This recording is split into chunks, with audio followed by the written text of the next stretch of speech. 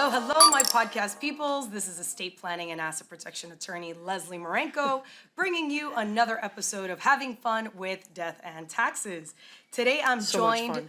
So much fun. So much fun. Today I'm joined by my esteemed colleague, Wilson, who is a corporate lawyer. And Wilson, actually, please introduce yourself. Hi, everyone. My name is Kristina Wilson. I am the founder of Q Legal, K-E-W Legal. And we are a corporate and real estate attorney, primarily transactional, but more kind of high-end, high net worth clients, high-end deals, kind of things like that, more complex stuff. Sophisticated businesses, not I started a lemonade stand yesterday. Call me for... Happy to take your lemonade stand if you're Minute Maid or if something. you're Minute Maid, wow, owned by what, PepsiCo? Yes, I'm sure. Coca-Cola, Corporate, oh, is it really? I think so. Corporate counsel, call her. Like, she loves your Minute Maid. Okay. I can get paid in Minute Maid. I don't know, maybe not. Unlimited Coke products. For sure. So in this episode, we're going to be talking about Jerry Buss, Dr. Buss, as they used to call him, which really needs no introduction as the previous owner of the Lakers. He became very famous when he bought the Lakers in 1979. And actually, because I love sports documentaries, I know... and I don't go hang out at the Miami Heat arena. You're not a gym rat or whatever. And what is her mascot for the Heat? Like what thing that's a flame or something? I don't even know what it is. But I love sports documentaries. I know it's strange, but I really do. So I actually know. I feel like I've seen a lot of documentaries about the Lakers, and apparently he is credited along with whoever. Larry Bird was playing for or whatever, with saving saving basketball. The Celtics. The Celtics. Yes, Larry with Bird. saving basketball, because apparently basketball was on the decline in the 70s, and like nobody was watching, and ticket prices were like $5, You know and why? nobody wanted. And then they started raising up the shorts. Is that what it was, Wilson? That the women went crazy? Like I what? guess, I don't know. I don't know. And the shorts got really long. But I was like, oh my God, that's so crazy, because like I think of basketball as like a huge party, right? Whenever we go to like a Heat game or what, I think the last time I went to the Heat game, like we won the playoffs or something. Like it was like LeBron and... It wasn't recently. Right? Then. No, it was not recently, apparently. That's how much I like basketball. And I actually do like watching basketball. Absolutely like drags me to it. Yeah. But I actually really love Jerry, like this whole like story of the legacy and the dynasty. And it's perfect because it's ultimately just a family business. Like it became a family business, which is right up our alley. So I'll give you a little bit of background on Dr. Buss here. And his doctorate was actually in chemistry, which to me is mind-blowing, because if you see any of these documentaries, like he was the like this guy was at the like Playboy Mansion, right? Like he was just like... As you do. And that's kind of wild for someone that's like a science-based, individual, but clearly he was a brilliant businessman, as we will learn, and whatever. And he ended up buying the Lakers. Yeah, that chemistry swagger. Poor Dr. Buss, not poor Dr. Buss, he had a great life, bro. Dies at age 80 in 2013. Okay, so just to give you an idea, because then we're going to talk about the litigation that happens years later. And at that time, the Lakers alone was worth $1 billion. So good return on investment, I would say. Solid. Pretty solid. He did a good job there. Solid, Dr. Buss. Solid. And he did, like, in a lot of these documentaries and a lot of periodicals and stuff, you actually see how much he talked about how much he always intended to keep the Lakers in the family. Like, that was always his intent. And certainly, we're going to talk about how Jeanie, like, has been working there forever, and he tried to get his other kids involved, and they did get involved to different extents, but... So, Dr. Buss was a lover, not a fighter. He had plenty of women on the side, but apparently only married twice, which, is better than we could say for some of these other celebrities. And he had 4 kids with his first wife, Joanna. And she's usually she's in some of these documentaries because, like, she would sign off on, like, massive $100 million mortgages, and was like, damn, woman. So there's 4 kids of the older, let's say the first round. And this isn't a blended family fight, guys. I know we do that a lot on this podcast because there is a common denominator of blended families being like everybody each dumpster other fire. the second, Yeah. mom or dad dies. That isn't actually what's happening here. So, like newsflash, like, wow. But we have Johnny, Jim, Jeanie, and Janie, because clearly we're fond of the Jays. That was Yeah. on purpose. After Jerry. And after Right. Jerry. Yeah, that's right. And then with his next wife, we have the next round of offspring, which is Joey and Jesse. But honestly, it doesn't seem like Joey and Jesse have any real huge issues with their older siblings. Right. It really is within that first round of offspring, the first cohort, I like that we're gonna have some conflict and we're gonna talk about that. And plot twist, there was actually a child born out of wedlock to Joanna. I mean, this came out later of like through ancestry.com or something. Like she takes a test and she realizes I'm like a child of Jerry Buss. Yeah. And of the same, like not some mistress, like the same relationship. It was their first child that they felt like they were too young and too poor at the time, and they gave her up for adoption. So Johnny actually has an older, like Johnny, Jim, Jeanie, and Janie actually have an older sister, like for real older sister. What's that like, older sister's name? And Also Jay? don't know, because she's also not litigious. She is just like happy-go-lucky, happy to be part of the family or something, because she's nowhere to be found.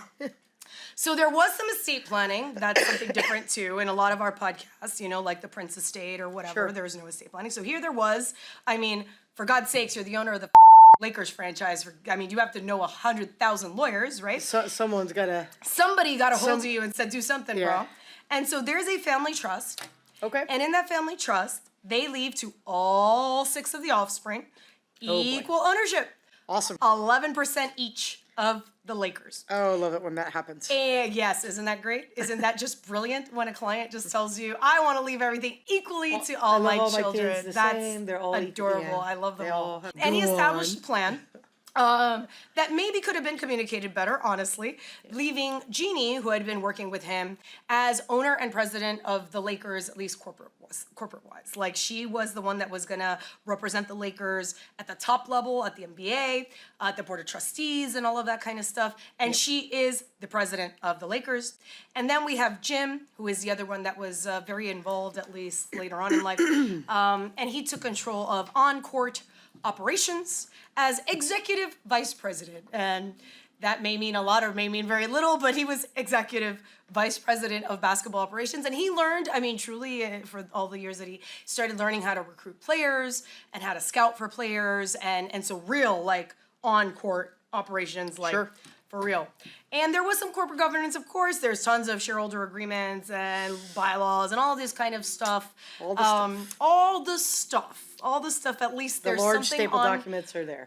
Yes, there's What binders. they say, God knows, but What they say, we're not sure. What could possibly go wrong, Wilson? Set the stage for us, Wilson. I think you can. Well, no, look, in all fairness or in all seriousness, when you have kids, look, everybody's different, right? Everybody's got their different skill sets and their different strengths. They're different passions. Exactly, and especially when you have Wealthy daddy. wealthy daddy or high visibility family or something's flashy or whatever gets a lot of attention.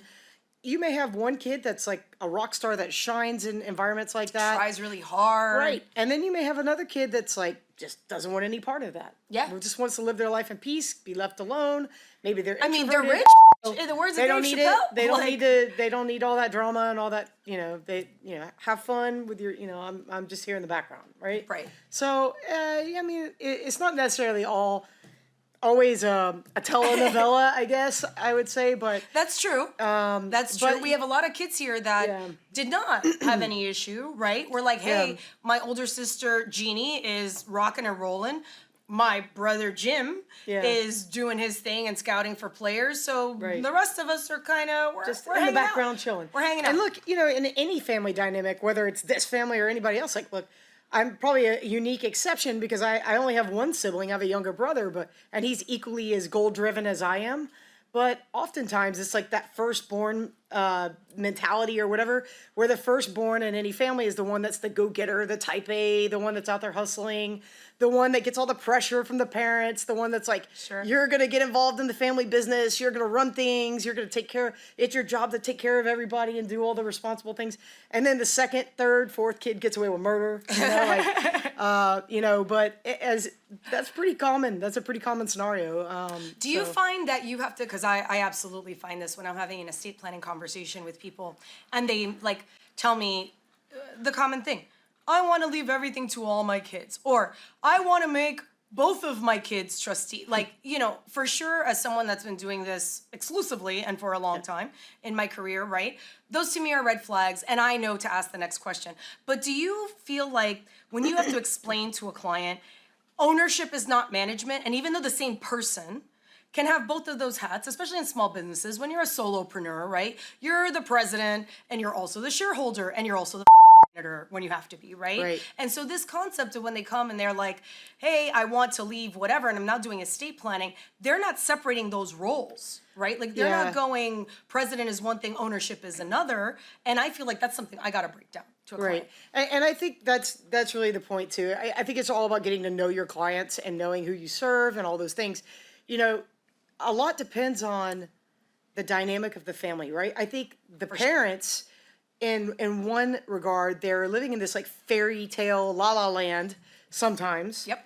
That, all my kids are going to do the responsible thing, and they're all good people, and they're all responsible with money, and they're all going to look out for each other, and no one's going to backstab each other because we're family, and that's what families do, right? And that may have been great in TV land in 1955 or whatever, but reality check is more money, more problems, right? And not every kid is the same and not driven by the same thing, So, you've got some kids that are very, astute and business-minded, goal-driven, and they look out for their family or their siblings and they want to do the right thing. And then you have others that are spendthrift issues, which means if I get $10 in my pocket, I'm going to blow it on lottery tickets tomorrow. Like, it doesn't matter what it is, right? So I think a lot just depends on that family dynamic. And I do have that conversation, especially with my high net worth people, because a lot of times I think the older people get, they want this, like, that after they pass away, they want something to keep the family together, and they think their business is the ticket to do that. Like, they can all eat Thanksgiving together and then work on the business together, and it'll stay connected with each other. Meanwhile, the siblings are like, brother, I don't want to see you. Turkey You're leg. like, I'm only here because I have to be so I can get my check, and it's just like, I think, at times you have to delicately approach that. And I unfortunately, it shouldn't be that way, but most of the time is. Like, when there's more money involved, you do have to have that, like, come to Jesus, like, reality check and make sure that you're treating the kid. It's not treating the kids equally. It's treating the kids in a way that serves their best interests. And that's equitable, different. not equal. Right. I think is how I usually think about this. Yeah, like, exactly. What makes sense? And there's also sometimes, especially on the estate planning side, a conversation about, hey, here we were splitting it 11% each, right? Right. But let's say, this isn't the only thing the man owned, right? There's going to be like the mansion in the Palisades and another like whatever in Hawaii, right? There's going to be a ton of other assets. Sure. And what I sometimes tell clients is like, maybe we don't want to give the non-participating children in the business a part of the business at all. We don't even want to make them passive shareholders. Yep. Maybe they'd be better off owning like 3 pieces of property that they could do whatever they want with, sell it. That's, more or less equivalent if you're worried about equal, whatever value or whatever it is. But you have to have that kind of advisory relationship with your client to have those conversations. And you need to be a lawyer that knows enough to ask the right questions and challenge your clients, I would actually say. Because if you're a pajarito lawyer that doesn't do this every day, and I bash pajarito lawyers on this podcast weekly, that doesn't do this every day, and you just take whatever your client tells you at face value, and you don't feel like you have the credibility or whatever it is to like challenge your client on the Pollyanna they're telling you, you're not doing them, you're doing them a disservice. You're not doing them any favors, guys. You're really not. So there is a lot of, you're an advisor. At the end of the day, you are an advisor to your client on the corporate side, on the planning side, because you have seen the shows. Your client hasn't. Your client is living in this Pollyanna world of like, all my children love each other, and this is going to be great. And at Thanksgiving, I love that. At Thanksgiving, they're going to eat turkey and some stuffing, and then we're all going to work on the business plan for the next year because it's the end of November, and that's when we're doing business planning. And instead, everybody's like, you.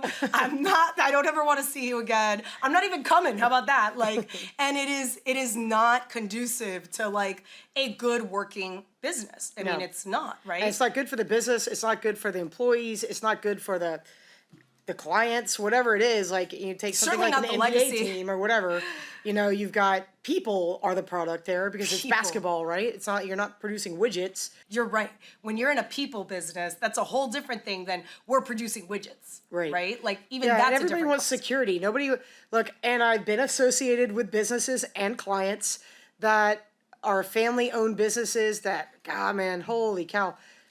Office equipment flying across the hallway, directed at the other one, fights in front of staff.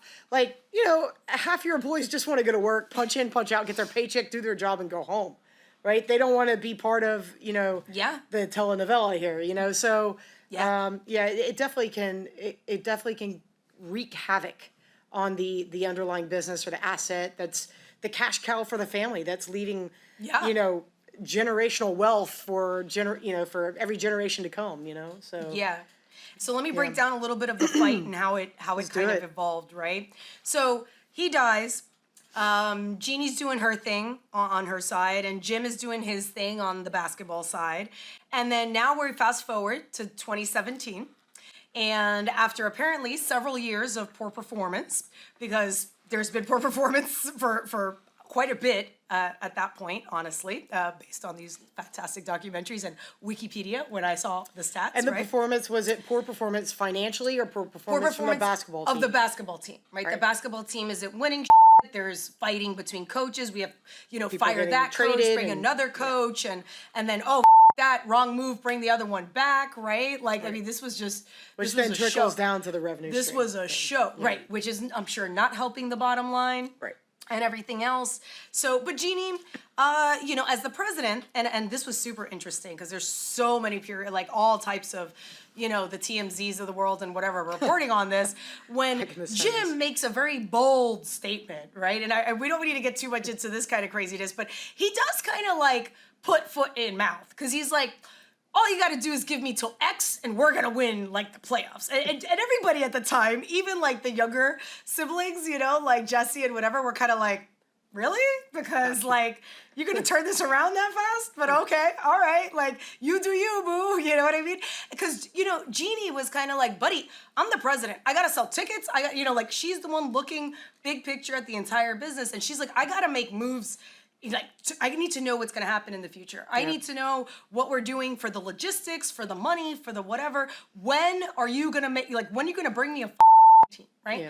And She's playing checkers, not chess. Yeah. She's playing chess, and not checkers. he decided to, he made some big promises. And then he joked, if we don't win the playoffs by whenever, I'll resign myself. Sure. Right? And she was like, oh, is That's that cute. right? Cute. That's adorable. As you would say. That is adorable, as I would say. So after quite a few years of poor performance, and Jeanie actually says, look, the reason I actually had to fire him was because I was scared he was going to make certain trades that we would at that point not recover from, right? Like, this is already in the toilet, and I can't allow continue because we may be, irreparable harm may actually happen here. She fires him, and she replaces him with Magic Johnson. And Jim did not go gentle into that good night, Wilson. No. How does the poem go? He raged against the dying of the light, right? Yeah. He was like, I'm sorry, absolutely not, right? And he proceeds to, I imagine, get very interesting legal counsel by a very sophisticated corporate lawyer that says, if we could remove her from the board, then she would no longer be able to have this other position, and she would no longer be able to represent Off with her Lakers. head kind of thing. Off with her head, i.e. the quintessential hostile takeover, right? Like, Awesome. We're gonna launch a coup here, and all we need is to round up, another brother, maybe a sister, and maybe some other shareholders, Right. and we could take over, right? Like, we could just we could take over this. Any attempts to do so. He really does. But Jeanie finds out, I feel like this is like Cloak Jeanie's and a Dagger. boss. In the middle of the night, Jeanie finds out, like, I'm about to be, like, removed from the board, and she files the equivalent of our injunction. Actually, the petitions are really weird in California, and it's kind of like a petition for instruction, like, judge, please issue instructions to stop this from doing the he's trying to do, which is our injunction. Injunctive relief. Like immediate emergency, stop this nonsense. And apparently at that point, and she actually points to the trust. And she points to a clause in the trust, and the trust is absolutely under seal. So, like, Jeanie did it right, guys. Jeanie is no clown, man, because I could pull almost every celebrity that I've ever written about. I've been able to pull their off the internet. I've been able to go into the docket in California and pull the trust, pull the will, pull whatever the lawsuit is. She, like, in her initial petition says, I want this like under seal, nobody can see it, and if it has to be shown, it's going to be shown in camera. And judge, even if you force me to file something, I need to redact out of it, right? Like, and so you cannot find this trust anywhere, which is really impressive. And you've scoured the internet, and I have of course. scoured the internet, because if there's anything I like to do, man, it's Friday research. night kicks. Friday night, that's what I'm doing. I'm looking for the Jeanie bus petition in California. And I was like, God damn it. And so, but she did copy paste the clause. And there is a clause in that family trust that says, look, you all must kind of rally around Jeanie. I mean, that's essentially what it's, and very fancy language, but it says, Jeanie's it, and the buck will stop with Jeanie. And that's interesting because it's in the trust, and whether that should be in the trust or whether, because I believe it should not have been in the trust, to be honest with you, I believe it should have been in the corporate documents. Because at the end of the day, and the reason I say that is that all three of them, Jim, Johnny, and Jeanie, are co-trustees in the trust, right? So now you're trying to put corporate management language inside of a trust document that deals with the entire estate.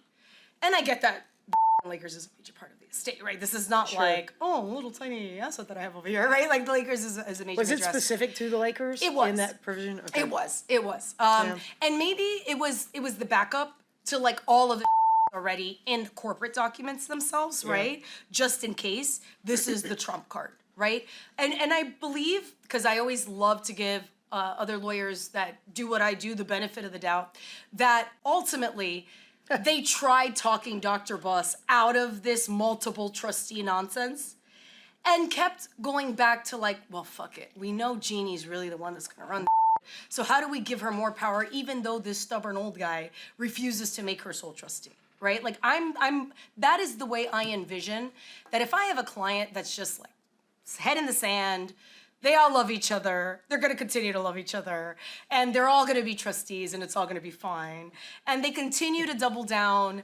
And I generally like to say, like, I'm not here to like override you, client, right? I'm here to tell you the law of the land. Right. I'm here to tell you the good, bad, and the ugly and what show can happen. Yep. But if you tell me, Leslie, this is what I want, then this is what you want, right? I told you, my job is to tell you risk. My job is to tell you risk, and I will assess the risk, but it's, hey, this is your Lakers franchise, I'm not do with it what you want. Do with it what you want. So I have a feeling that her lawyers got around this stubbornness or this Pollyanna thinking by going, got to keep drafting in stuff to give Jeanie more and more power. And I can't really, assess whether that's true or not because I can't see the trust. Like, if they did that multiple times, right? I can only see like this few clauses. Yeah, a stupid little clause. But I believe that's what happened.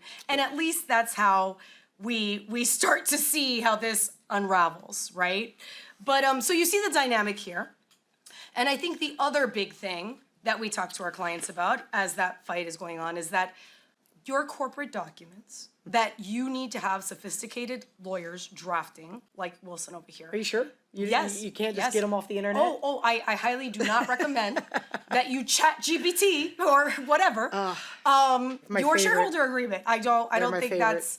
Again, a good analogy for a lot of this, what you're talking about, I use often with my clients. A lawnmower and a car both have 4 wheels and a gas pedal, right? But the lawnmower is going to get you from point A to B in like 4 days, and the car will get you there in 45 minutes, right? So, they're not the same, right? They don't serve the same purpose. They're not built the same. So, you really have to like look at what you're trying to accomplish. You have to know your client. if you're the lawyer, you have to be able to talk truth to your client and feel comfortable with what you're talking about. Like, don't go outside of your comfort zone and, I'm going to take any case that comes in the door. And if your lawyer is, out there boasting that they can close your real estate deal and get you out of prison for murder, it may be time to rethink that and lawyer. get you a divorce. I don't know, man. Get your baby daddy to pay you child support and file your bankruptcy. Yeah. That is not the lawyer for you, guys. No, not if you're a multi-billion That dollar is not the lawyer business for you. owner, I'm right? sorry. Yeah. And I think okay, and I know you and I have talked about this before. I think the reason why I have so much more contempt for those lawyers than I do for the chat GPTs of the world is I truly believe when you are, I don't care, whatever business, you go on ChatGPT or you go on LegalZoom and you download a bunch of corporate documents, right? Sure. In the back of your mind, you better. know, like you might think, hey man, I can't read this and it looks kind of good. You know what I mean? But in the back of your mind, when you get sued the fuck out of, you're kind of like, I downloaded shit on the, right. You're like, oh, wow. I mean, in the back of your mind, you kind of know you're cutting corners, right? Yeah. You're absolutely like shitting yourself if you think you're okay with these documents. Yeah. But when you go to a lawyer, even if they're door law or whatever, you definitely, I call them civilians, right? Non-lawyers on this podcast are civilians. Right. You as a civilian, maybe you really don't know that this lawyer doesn't know what the you're talking about. Sure. That they're just like printing form the same way you could have off of LegalZoom and given it to you and be like, here's your will. Looks guys. official. Looks right here. And you don't really realize because all you know is like, oh, this person has a law degree. And you went to a service provider. Right? You went to a professional. And this person is a lawyer. They have, they passed the bar. Yeah. Which, newsflash, guys, I mean, we don't learn very, very specific things in law school about one area of law. Law is an apprenticeship, is what it is.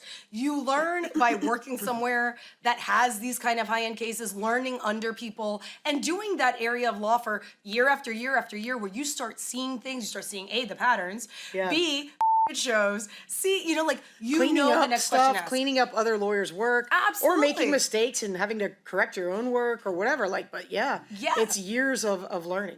And seeing what actually happens in your space. If you are doing a bankruptcy today and a family case tomorrow, getting baby daddy to pay his child support, like you're not honing your skill set. Oh my God, please! Like each one of those areas is a universe, okay? Like it is crazy. So you're right. If you just open the lemonade stand and you're selling, $2 lemonades and you're making no money, well then it. LegalZoom is fine, I guess. It's something, right? And nobody's gonna sue you. You're broke. Like, what is it? No, in Dave Chappelle, it's a rich and I'm broke. Yeah. But like, it doesn't matter. But once you start making money and once you start getting more sophisticated in your operations, what the hell are you doing? Like, I mean, it's you time to grow replace up. those documents You gotta grow up. get some real counsel in place that you can feel confident in what the infrastructure of your business is. I mean, especially once you start talking about, you start employing people, Jesus your Christ, yes. revenue starts going You up. get sued by a cat. Okay, another story for another day. Or you're trying to pass your business. Well, you have intellectual property issues. Yeah, but I mean, like you've been working this business for decades, and now you're looking to pass it to your children.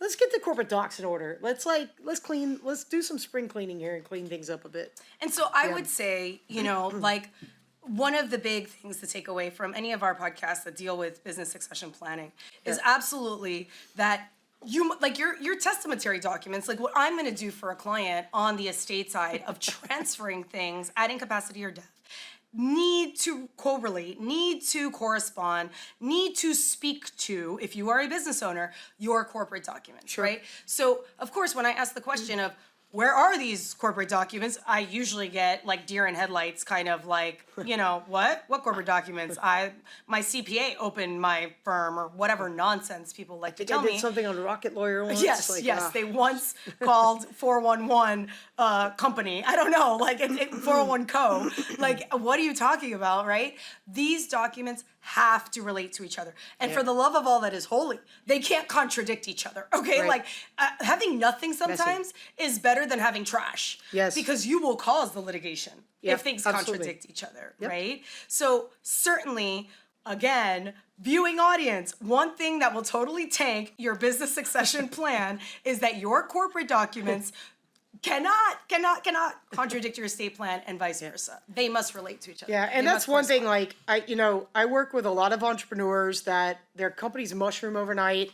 They Yes. started out sweat equity and they're grinding and they're All doing hustly. they're wearing 30 hats, and all of a sudden they start peeling off the hats to other people, and they hire their buddies and they hire their friends, and then they keep scaling, whatever. But when they hit that certain level, just exactly what you're saying, where now they have an estate plan, they have, accountants out there filing tax returns, they have bookkeepers in house doing their books, they have lawyers, corporate lawyers, tax lawyers, also, whatever, all sorts of service professionals, financial planners, just it's people- so important. Like all of my clients that I represent like this, where they've scaled and they own multiple types of assets, or they're really kind of getting up there. And it doesn't even mean millions, guys. It doesn't have to be, you don't have to be the freaking owner of the Lakers. You could be just a normal business owner that wants to pass your business on to your kids. But I still have at least 1 to 2 meetings a year with the team of professionals that my clients hire. That's right. And it gives us the opportunity to say, hey, the tax code is changing. We've got to make these adjustments to ABC. Or, hey, guys, heads up, we're intending on buying a new manufacturing facility or a new distribution center in this state, and we're going to employ 50 people. We need to do this. And, how does that reflect in their trust documents, or how are we going to structure this corporately, and who's doing what? And if you don't connect your professionals, you're setting yourself up for exactly this: documents that don't make sense, that don't relate to each other, that contradict each other. And so then you get this client that had this great idea about how they're going to keep the family together. They're creating, unbeknownst to them, they are creating a shitstorm of mammoth proportions just by working in a vacuum instead of having everybody talk to each other. So super important. Absolutely. And it's probably the number one mistake Yes, that I see in huge. succession planning. Lack of communication. It's a lack of communication with the other professionals. It is crucially important that if you're a business owner, you have those corporate documents reviewed, that your estate planning attorney has seen them, that they don't contradict your estate plan, because this is the surest way that you're going to find yourself in litigation. And look, Like- and also it's like, think about your family sake, think about your kids and who's doing what and what their skill sets are, right? So again, you've got one sibling here that, is very business savvy, that's, kind of running things. Again, it's not that there's a right or wrong answer. These things are completely customizable for the clients. So that's why you can't use cookie cutter boilerplate crap off the internet that you've spliced together and it looks like 4 different agreements have been Frankenstein together. And it's shocking, some of the agreements I've seen over the years. But again, not every plan fits a family the same way. You may want to pass a business equally amongst your kids, and that may be completely fine for ownership purposes.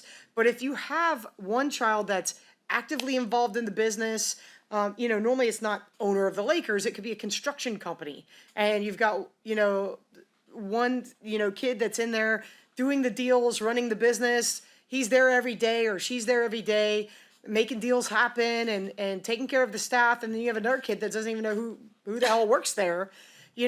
Absolutely. There's a lot of different ways you can structure things. One, you can set up your succession planning and your estate documents that kid that's more actively involved in the business inherits more of the business, has more say-so, control over the business to make major decisions, all those things.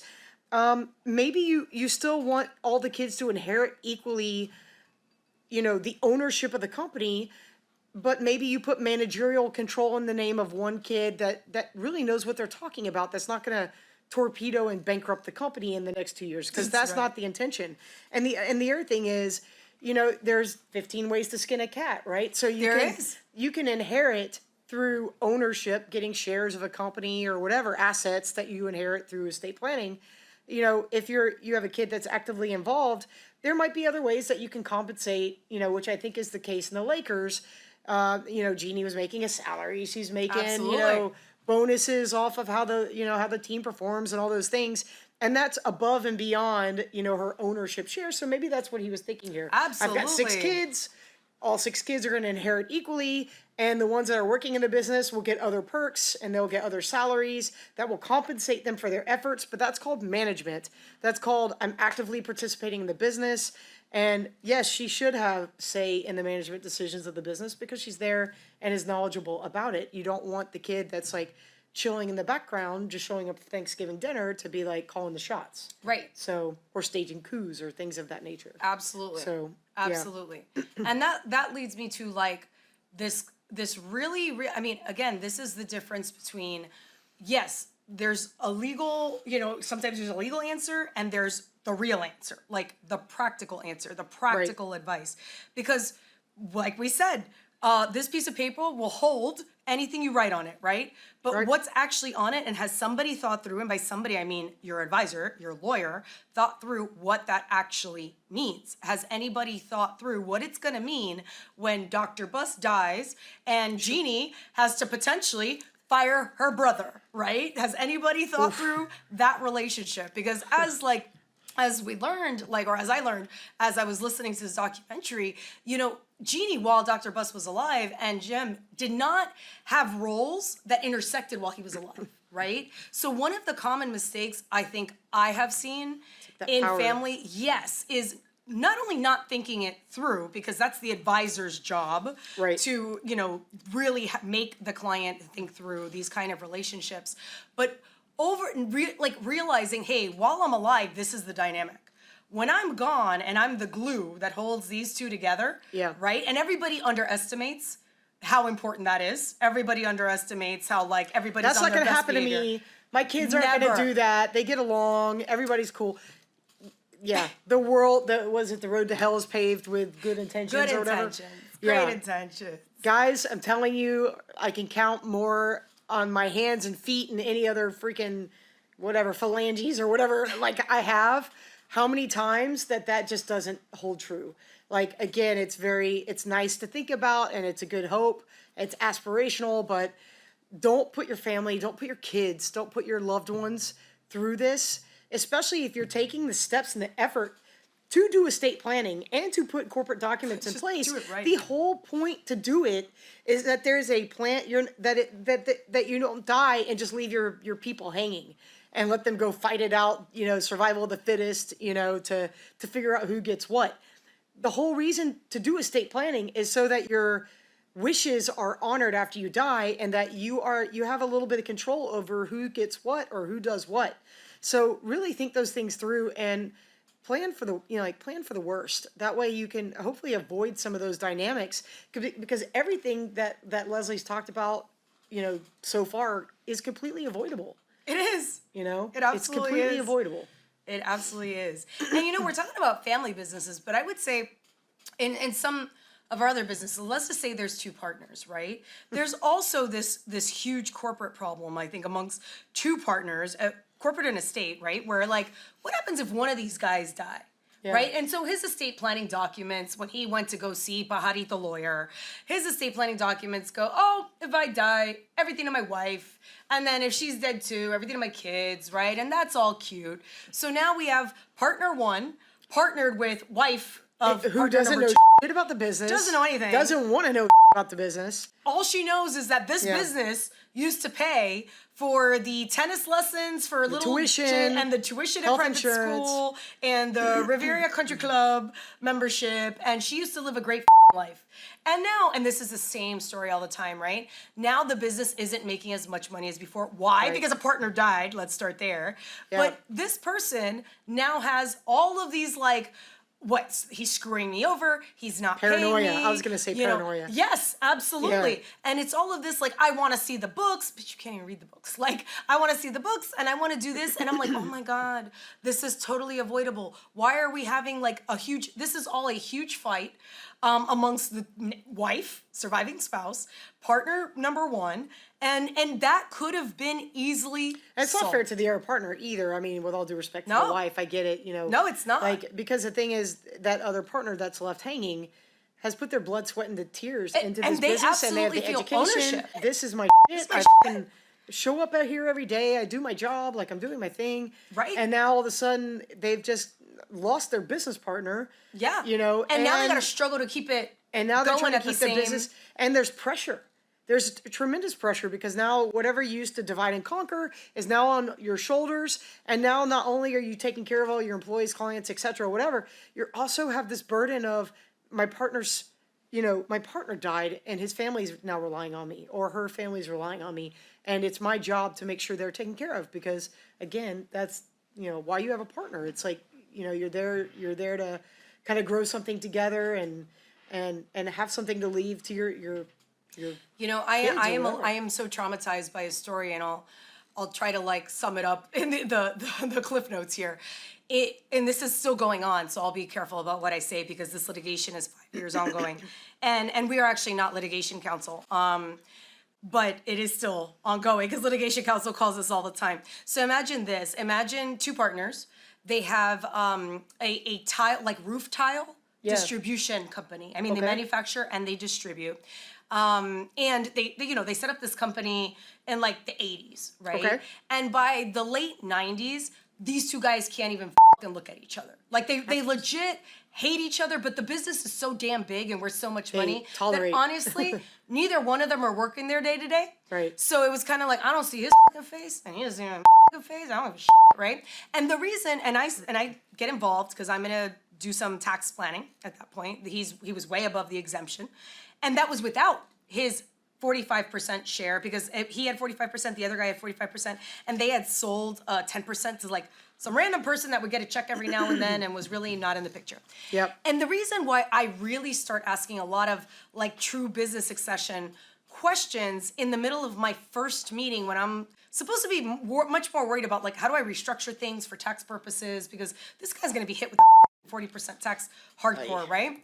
And so imagine, because he tells me that one of his kids, like I started asking about the kids. I always want to know what every kid does for a living. Are they married? How many kids do they got? Where are they? Like I need to know all your shit, man, all the time, right? The more I know about your family, the better, the more I know what question to ask, right? You can help them, yeah. So he tells me that his youngest son is kind of the loser of the family. Like the older one was like, I don't remember, he was a lawyer, a doctor, whatever. He's very successful, lives in another state, married.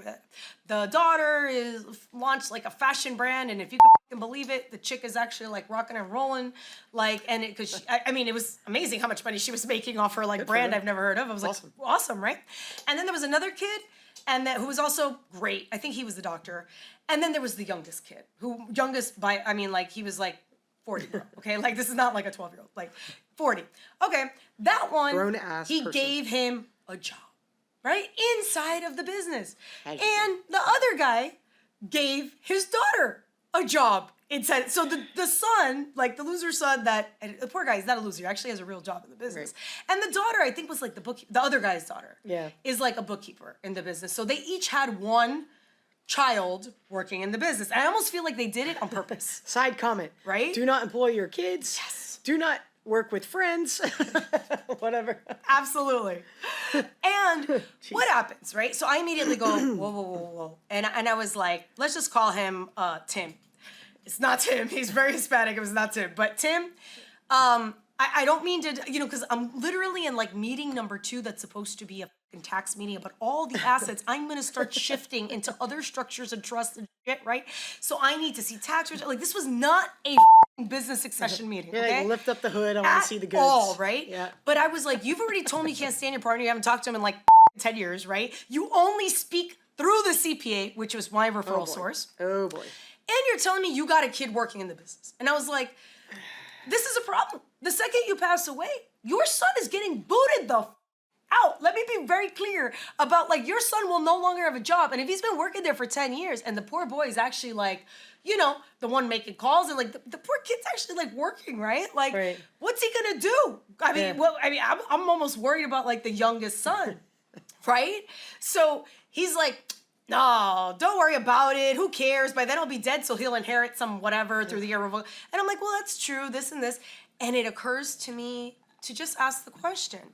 I'm like, hey, Tim, you guys have never signed any documents saying what would happen if you died, right? Corporate-wise, like a buyout.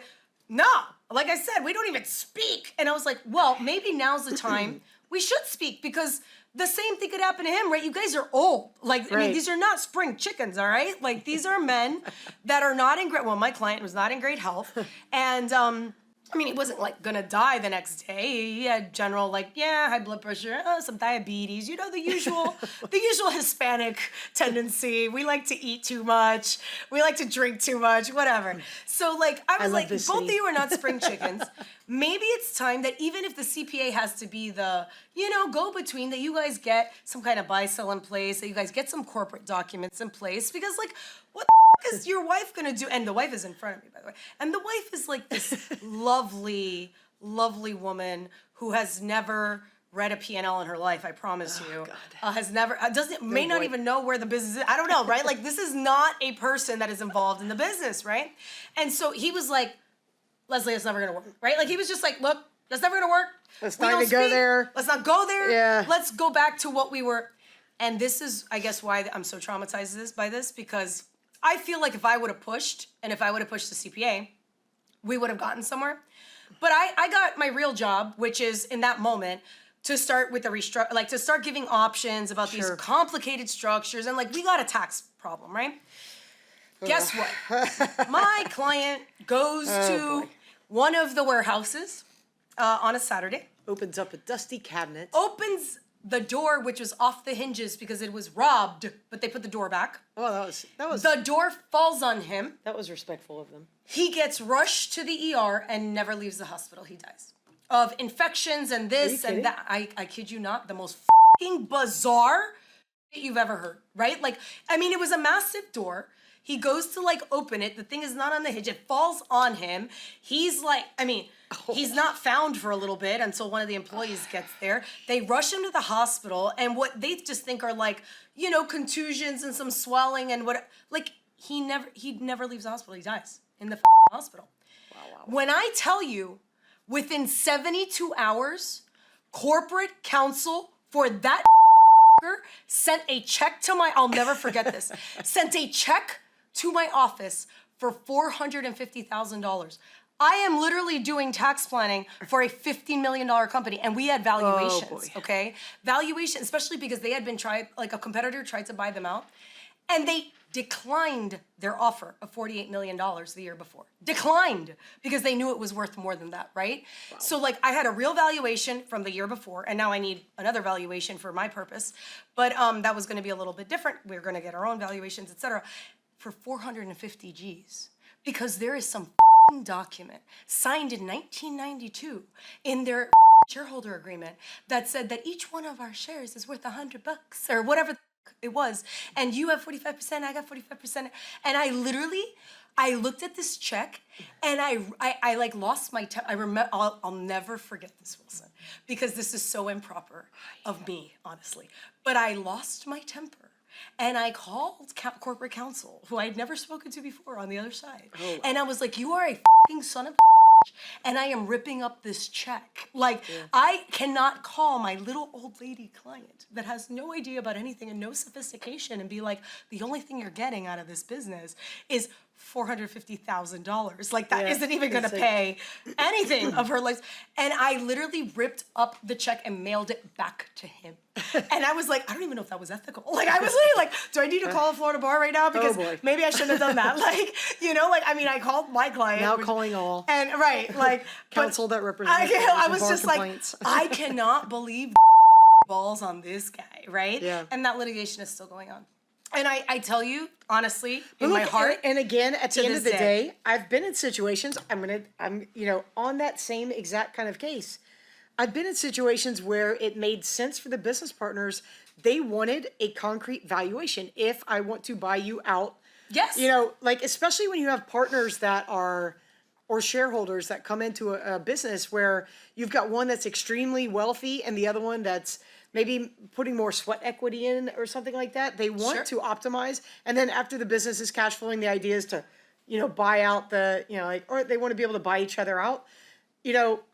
Obviously, if you get a company like that and you come back with a valuation of $50 million and you're not freaking Scrooge McDuck, you're going to be hard pressed to be able to raise the capital to buy out your partner if it's not working. But if you have a formula in there, you And can there do this was. calculation, but you From need to 1992. you need to be aware of it. And guess what, guys? Just because you have a contract doesn't mean you have to throw it in a drawer and never look at it again. They have to be updated. I swear to you, the only reason I could sleep at night is because I asked him the question and he told me it didn't exist, right? Yeah. Like, you didn't even know it existed. and That's this crazy. is the litigation has been going on for 5 years. That means that, when I saw this client, it was 6 years ago. And I swear to God, there are still moments 6 years later where I'm like, man, if I wasn't doing tax planning for him at that time, I would have had more conversations about the intricacies of the business, like, you know what I mean? But at the time, my job was truly like, hey, we need to do some tax planning. It was, it was a time where we thought the exemption was going to drop, as there are years where we think that's going to happen. That's why the CPA had sent him over. And so we're on a time limit in the sense that these strategies take a while to put in place. And I had my assignment, right? But and that's, I guess, whatever, a testament to the types of lawyers we are, right? That like 6 years later, this was not my fault, to be very clear. But at the same time, there is more I could have done. Like if I wasn't doing X, but I asked him. Do you guys have anything in place? And it was because the son was working there that I was like, hey, like, how does this work if one of you who passes away first, like, but the what's thing going is, to happen? You also have clients. Oh, man. You also have clients that this happens every single day. What you're talking about? Yeah. People, I don't need a lawyer to do that. I can form my own company. Or I'll just download that form off the internet and I can make my own operating agreement. The problem is you don't know the implications of what that document can do. And then you're like, I needed this to open a bank account. Good to go. And you throw it in a drawer and now it pops up and you're like, I just screwed my whole entire family. Man. Like that's just crazy. I lost sleep over that. I'm not going to be performing surgery tomorrow. So, go out. If you're a client and you're not a lawyer, go hire a lawyer to set things up right. Don't be cheap. It's like penny wise, pound foolish.